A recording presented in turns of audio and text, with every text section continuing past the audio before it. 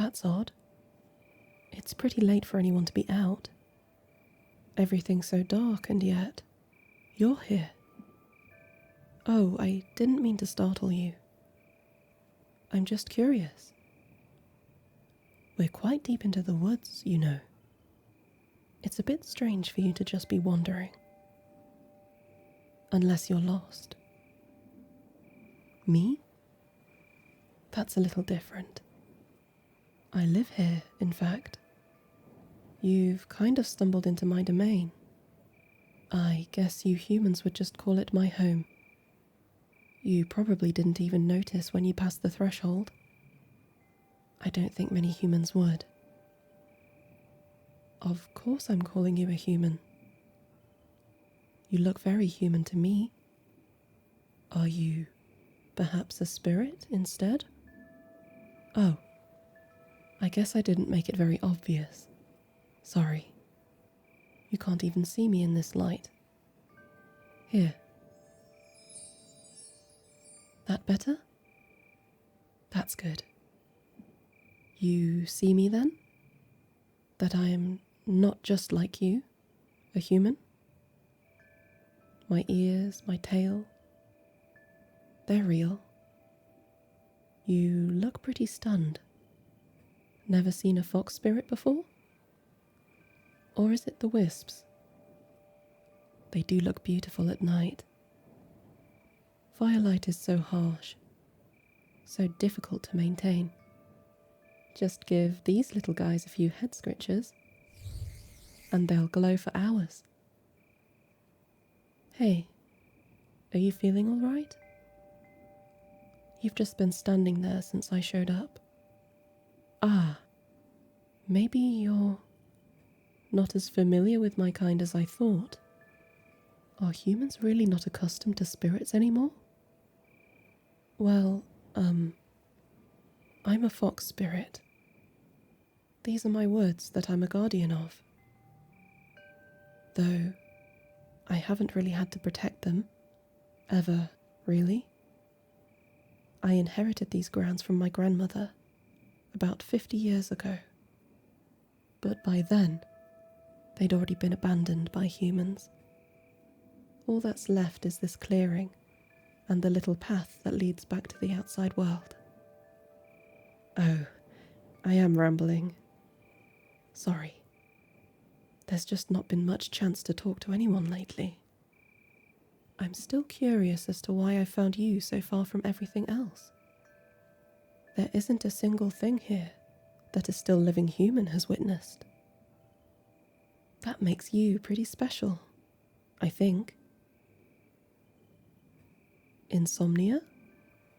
This isn't a word I've heard before. I'm sorry.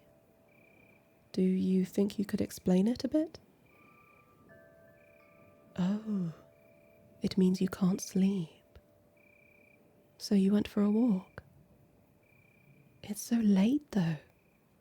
The sun went down such a long time ago. I'm not too familiar with the latest human customs, but I was under the impression that your kind lived under the sun. It's that bad, huh? Well, I know we just met, but is it all right if I do what I can to help? Thank you. Come, sit with me. The grass shouldn't be too damp, though it is a little cool to the touch. May I touch you? All right. Lean your head against me. And at your own pace. Not too quickly. Close your eyes. You'll still see the light of the wisps through your eyelids, but they'll fade with time. Listen to my voice, okay? Don't focus too hard, but just process what I'm trying to say, passively. I think I'll tell you a story that my grandmother once told me. It takes place a long time ago in a forest. This forest, in fact. You see, there was once this fox spirit. She was young, naive, a child who had yet to even gain her first tail. This fox spirit had just so recently inherited ownership of a domain. She was overjoyed. A domain of her very own, and one claimed so young. For the first few years, it was a dream. The fox spent her hours playing and laughing with the spirits that passed through. In all this time, she had never seen a human. Years were spent with only the wisps and nature spirits to keep her company. With how secluded her domain was, it was a shock when the first human arrived. She was so fearful of them initially. The foxes of her family had few nice words to speak of their kind. But the human simply played and danced and laughed with the fox, just like the spirits. And in very little time at all, they became friends. Though the spirits were fun, they made for poor conversation. The little fox finally had an outlet, a friend that she could talk to and share her worries with.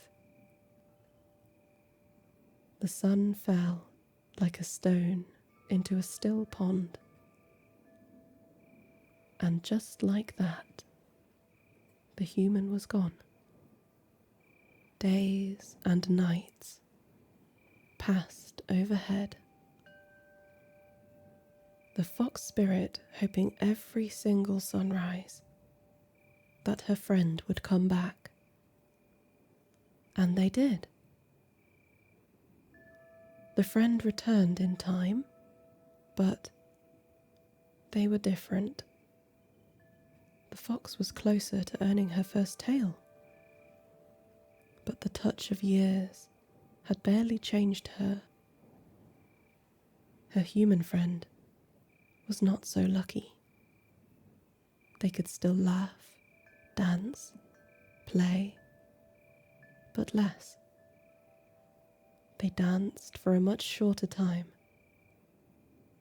laughed quieter, played, but without the same joy that they had all those years ago. The years had taxed not just the friend's spirit, but their mind. They acted so differently to how the fox remembered, like an entirely new person. The fox was saddened at the change, but also that she never got to see it happen, never got to be there for her friend during those moments. That evening, the two tried to relive what they once had.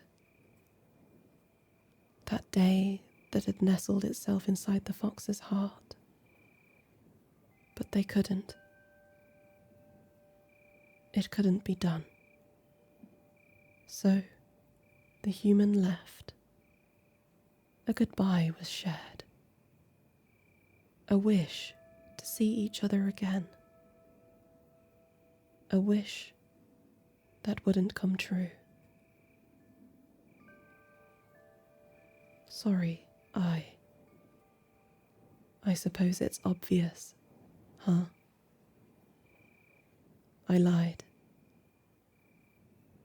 My grandmother never told me that story. The foxes, it's me. That was thousands of days ago, though. I don't even know how many years. I even got my first tail. I wish they could see it. Oh, you've already fallen asleep. I didn't think it would be that fast. since you can't really hear me anymore, I guess that means I can be a bit more honest. I know we didn't talk that much. I know you just came here to clear your mind. We never played, or laughed, or anything like that. But please, please, come back soon. You're always welcome in my forest. Good night. Rest well.